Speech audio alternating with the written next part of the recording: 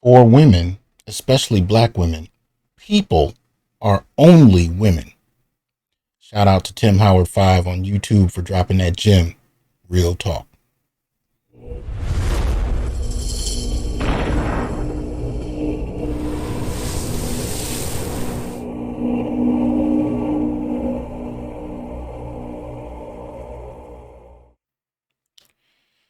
Y'all know what it is. Welcome back to the Onyx Report, Black Masculinist news for the day. Just wanted to drop a quick little piece on an article that came out very recently. This is something you can find on HuffPost.com entitled "Hundreds of Black Women in Georgia Will Get $850 per month in Guaranteed Income." Okay. I posted on this on Facebook and gave some response. So I'll read some select pieces of the article real quick. It says a new guaranteed income pilot will give hundreds of dollars per month to poor black women in Georgia in an effort to improve their financial stability and mental health and tackle the racial wealth gap. The program, called In Her Hands, will give about $850 in monthly cash, no strings attached, to up to 650 black women for 2 years. Launching early next year and distributing more than $13 million, it is poised to be one of the largest guaranteed income pilot programs in the United States. The program will study how such unconditional cash transfers affect the financial and mental well-being of participants. It is intentionally being started in Atlanta, a city with some of the most pronounced income inequality in the United States, and specifically in its Old Fourth Ward neighborhood, where Martin Luther King Jr. grew up and promoted the idea of guaranteed income. The median black family in the U.S. owns $3,600 in wealth, about 2% of $147,000 that the median white family owns per 2019 research from the Institute for Policy Studies. And in Georgia, about 26% of black women live in poverty, compared to 14% of white women. Black women have also been hit disproportionately hard by COVID-19 pandemic and the accompanying economic crisis, being more likely than other groups to face job loss and eviction. And Black people overall in the U.S. have experienced higher rates of hospitalization and death from the coronavirus than white people have. Y'all already know. I talk about flat blackness because when it comes to these programs that target and highlight, black women in particular, they tend to ignore the realities of black male life, and they conveniently use black people. That's code for including data on black men without actually having to address black men's quality of life.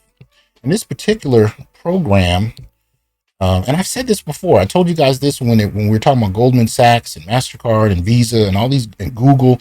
My contention is you have black women executives at these companies who are spearheading these proposals inside these companies for them, and it includes the federal government as well, for them to initiate these philanthropic gestures. So here you have educated, white-collar black women, feminist in orientation, who myopically and have a kind of solipsistic view of the world, where when they create programs or initiatives, they only see other black women. This is why Tim's statement is so important, right? I'm going to read it again just so we're clear. For women, especially black women, people are only women. This is what he was speaking to. People are only women. They have blinders on. No one else exists. And this is what my response was in regard to the article. I said, yet another program that focuses solely on black women. Because mind you, there are a number of these programs around the country. They're testing these things out. These are all tests, right? Where they're studying. They either call it a study or a test or something to see, but they don't include black men more often than not. So it reads, yet another program that focuses solely on black women and uses flat blackness when convenient to do so. By flat blackness, you guys know I talk about this all the time in terms of gender. It means that black as a category is useful to black women proposing these projects when they want to use black male numbers, whether it's death, incarceration, poverty, whatever it may be. But the program itself doesn't actually regard black males, right? So that's what I mean. And so even in this particular thing, you see them using black people when convenient and then ignoring black men when it's no longer convenient. Black men earn less than black women when you control for incarceration. A greater portion of the black homeless have been men, and that tends to be gendered as far as homeless across the board, across race. And black homelessness constituted half the country's homeless pre-COVID. So what do you think COVID did as far as homelessness is concerned?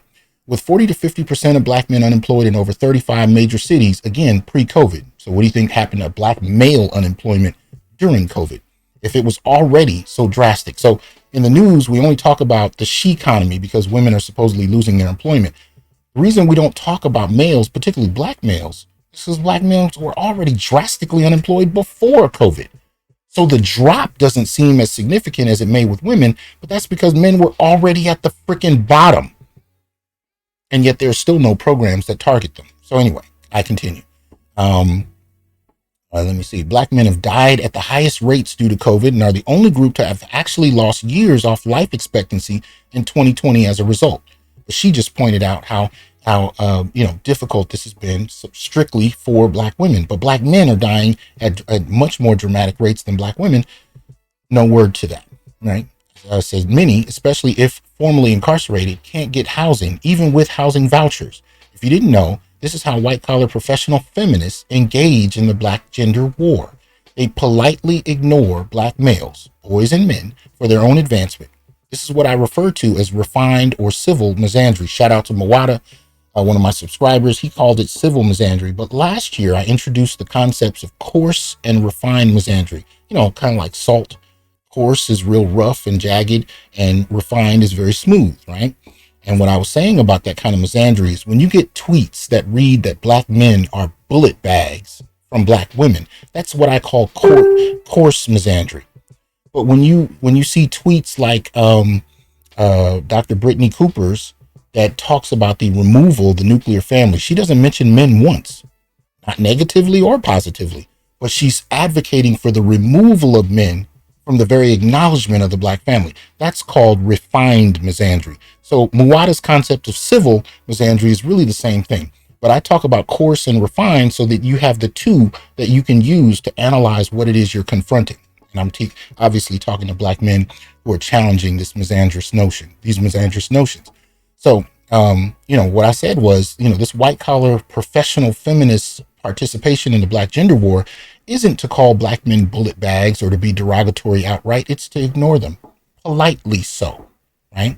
They don't attack men outright. They simply advance at the expense of men while ignoring them. They like to throw rocks and hide their hands by creating gynofocal, monogendered policies. But those policies, again, don't include the boys and men, even in their own families. And I'm trying to arm you with this information so you can have better analytical tools when you see reports like this. Reports that suggest that the reason women deserve these kind of support mechanisms from the state is because they're adversely impacted. But what happens when, empirically speaking, black men are more adversely impacted? Do these programs change to adapt to that? No. Black men are still left out on the street, literally, or in prison. But there are no mechanisms set up to support them, no structural support systems. And black men themselves will thump our chests and say, we just got to pull ourselves up by our bootstraps, even though we're barefoot. But just wanted to drop that on you. Looking forward to hearing what you have to say in the comment section. Hope you guys have a good one. Peace.